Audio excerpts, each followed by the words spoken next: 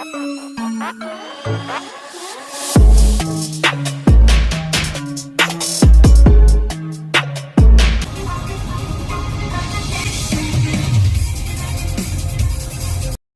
up, everybody, and welcome. Right now I'm actually leaving the island. We got to go to Apollo Beach, which is about an hour and 20-minute drive. Then we're going to head back down to Longbow Key to look at that Tiara again because I have a starter. So let me fight my way through Monday traffic here, and I'll see you there. Already made it out here. Hopefully this weather holds out on us, but I'm actually looking at a LX4 Regal, brand new. The freshwater pump's not working, so let me turn the camera. There she is. So let's jump on here. We'll get it fired up and see what happened. I always like these little boats. They got steps in them. They're fast. This one has a 250 Yamaha on it. Let's get our batteries on. So in the middle of our floor should be a water tank. So here's our tank. Let's take a look what way our hoses go. Alright, so let's looking at these hoses.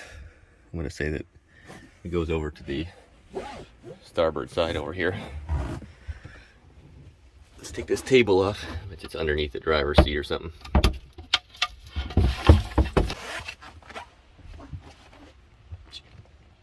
This is the fun of boats right here. Get myself in the hole. Alright, let's get our flashlight out here. See if we can see behind this wall. See if the pump is back here. Yeah, there it is. Alright, so let me get this wall off here. That way we can access that pump and check for power.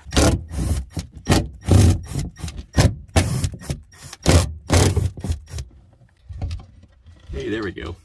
Better now. So here is our connector. Let's unplug this. Turn our freshwater switch on here. Alright, so we got our meter hooked up here. And we have 14 volts. Well, 14.4. That also means this battery charger is working. So it looks like this pump right here, no good. But good news, I got a brand new one with me. So let's swap it out. Alright, so let's get these hose clamps off first here. Get the hoses off each side.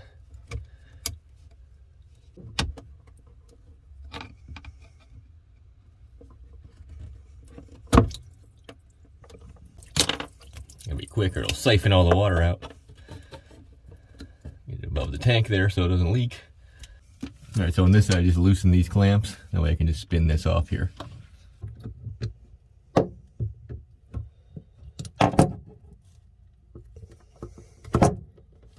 Alright, that's off. Let's get the pump off the wall. Before we get the pump off, if you're thinking about working on boats, you might want to be small and not heavy because I barely can even fit myself in between this where my shoulder's hitting the whole time in the pump. It's just barely accessible from where I'm at here. You can get to it pretty easy, but a lot of times you end up having to lay down or crawl through something or lay on your back or almost get stuck. I've been stuck a few times, but I always manage to get myself out. And that's another thing. Sometimes because you can't fit yourself, you have to blindly pull screws in and out. So you have to use your hands a lot and feel where you're at. That's why my hands get cut up all the time because I don't know where my hands are touching or at, or fiberglass is sharp.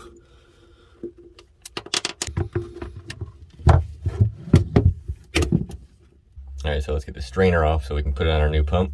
Looks like they use silicone. I actually have a thread sealer here we're going to use instead. You don't need too much of this stuff. Alright.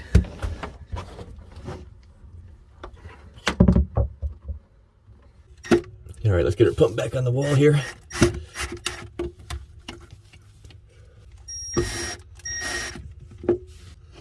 Alright, she's hanging. Let's get our output on first. That way when we hook it up, it doesn't leak.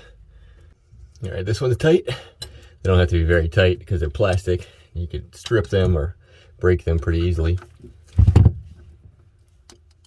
Plug our connector in. Let's tighten up our hose clamps.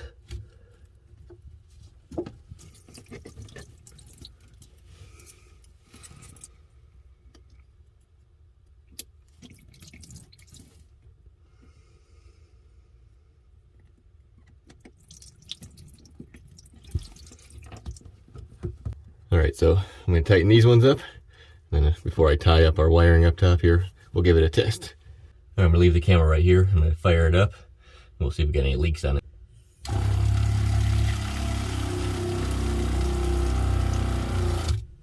It's humid here.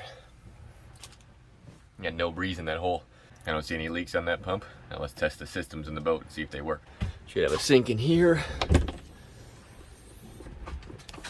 Turn it on. Bleed the air out of it. Good. A transom shower here.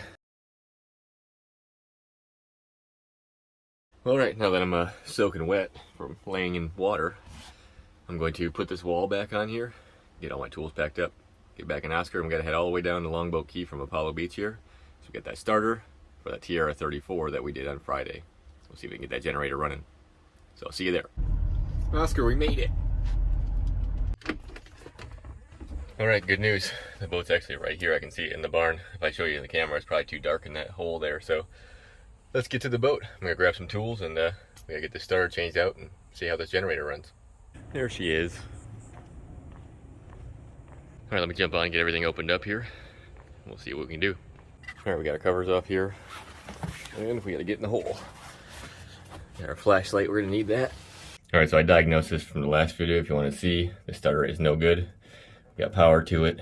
This is clicking, but we got no motor spinning here. So we're going to take these bolts out, get all the wiring off here. If you look right here, we actually got to take this oil filter off right here too. It's the only way that starter is going to be able to slide over enough to get in and out of there.